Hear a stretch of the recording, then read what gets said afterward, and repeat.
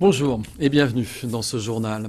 Argenteuil, ville universitaire. Ce label était plutôt réservé à Cergy-Pontoise, mais la troisième ville d'Île-de-France se prépare à accueillir son propre campus. Le conseil municipal vient de donner son feu vert. Hier soir, un partenariat a été signé avec l'université Paris 13 qui s'installera dès la rentrée prochaine. Davantage d'explications dans ce sujet réalisé par Christophe Aubry.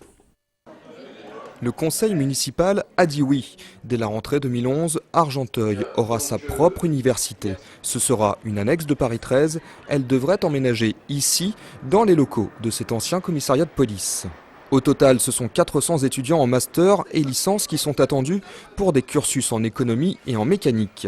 L'implantation d'un campus universitaire doit élargir la carte des formations dans l'agglomération où 30 000 jeunes sont concernés par les études. L'agglomération donc fait 130 000 habitants et il n'y avait aucun, à part un IUT, il n'y avait pas d'établissement d'enseignement supérieur. Donc ça va permettre à des étudiants issus d'Argenteuil et de Bezons de poursuivre des études dans le domaine principalement de l'économie de la gestion. La convention d'une durée de 5 ans prévoit l'aménagement de salles de cours. Ce bâtiment pourra accueillir à terme près de 1000 étudiants et pour les attirer, la ville a mis les moyens. Elle finance pour moitié l'abonnement au transport en commun afin d'encourager les nouveaux bacheliers à poursuivre leurs études. La municipalité prévoit également la construction de logements étudiants.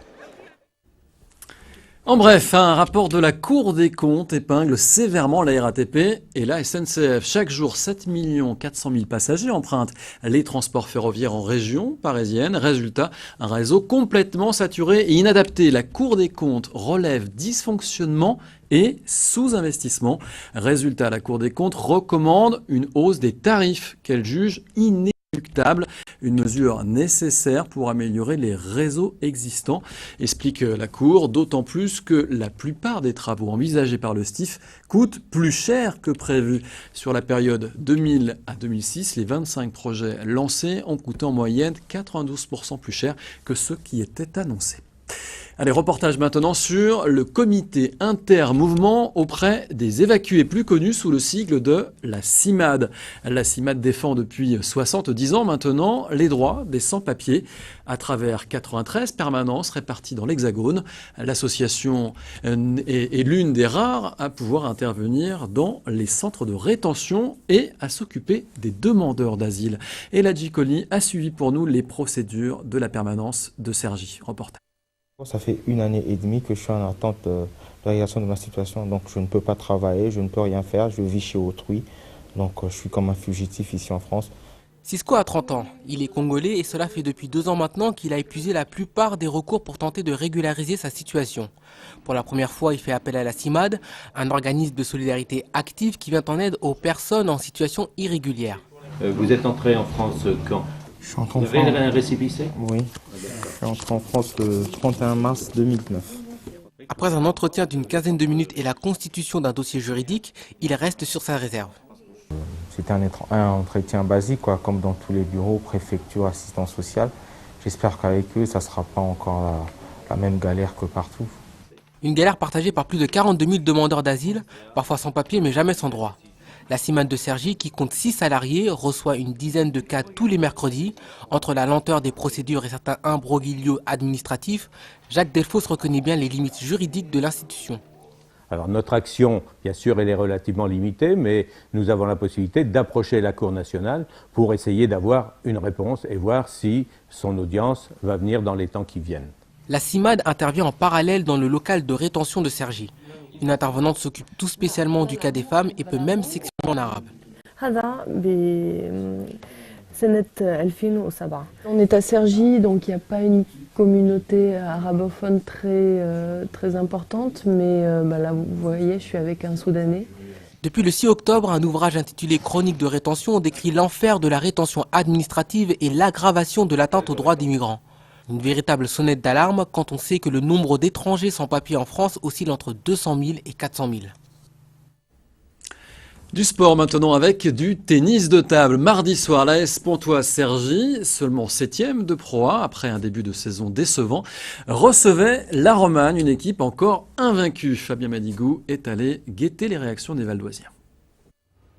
On aurait pu vous parler du vétéran allemand Peter Franz qui a libéré tout le hall Philippe Aimé après 3h30 de lutte entre Pontoise-Cergy et la Romagne. On aurait pu aussi évoquer le cas Zoltan Feyer-Konert. Amorphe, ratant des balles faciles, l'Allemand a été souvent malmené, mais a su trouver des ressources mentales qui lui faisaient défaut en ce début de saison.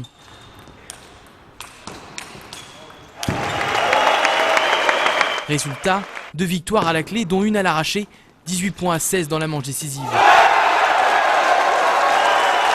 It was very important to win both games tonight. Of course, the first game it was a big thriller because I had a lot of chances to win the game, but he had also many match points to win the game. So it was really a thriller. It was perfect for spectators and perfect that at the end I could win the game.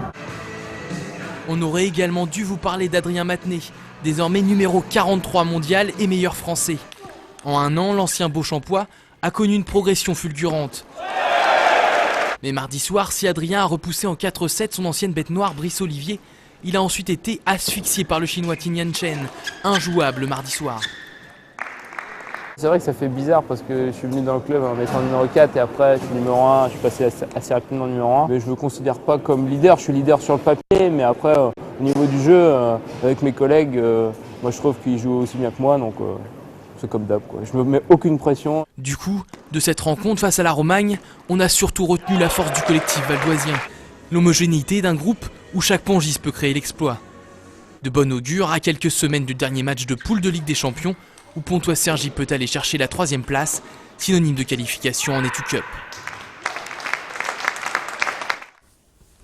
Et on poursuit maintenant notre série sur les amis des animaux en Val d'Oise avec ce soir l'histoire d'une passionnée qui sauve les animaux en voie de disparition. Regardez.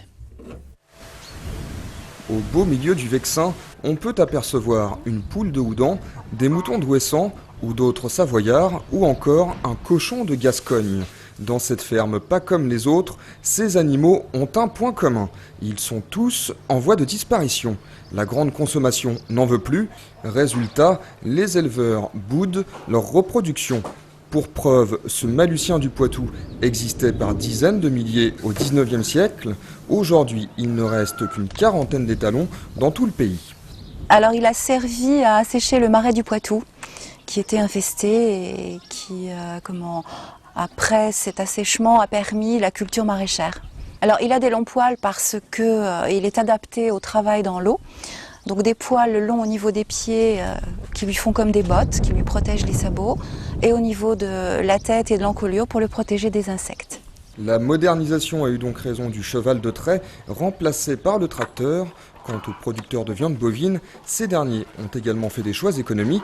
Même constat avec cette vache casta, malgré ses 450 kilos, elle est beaucoup moins rentable que la charolaise vendue en supermarché. Ces races-là, si elles disparaissent, nous on veut les montrer aux gens puisqu'on en a encore quelques-unes. Nous, il y a des éleveurs qui se battent aussi pour les garder et il faut bien que le consommateur soit au courant que c'est complètement lui qui fait tout ça. C'est-à-dire que si vous achetez par exemple du lait AOC de chèvre poitevine, vous allez relancer la chèvre poitevine. Si vous achetez du lait de basse qualité, vous allez la faire disparaître. Seule solution donc à la survie de ces espèces, le consommateur. Pour Catherine Fritsch, il faut faire de la pédagogie. Imaginez qu'il ne nous reste plus qu'une seule race de viande, une seule race de vache à viande ou vache à lait, avec toutes les autres locales rustiques et plus résistantes qui disparaissent. Qu'est-ce qui va se passer? S'il y a une maladie, n'importe quoi qui passe, on risque de plus avoir de vaches du tout, ni de moutons. Si on ne préserve pas la biodiversité, il risque de rien nous rester. La ferme de Vaux-les-Arts fait ainsi passer le message chaque année en espérant convaincre un large public. Ainsi, l'an passé, près de 10 000 visiteurs ont été reçus dans cette arche de Noé. Voilà, ce journal est maintenant terminé. Merci de l'avoir suivi. L'info continue bien sûr sur vonews.fr. À demain.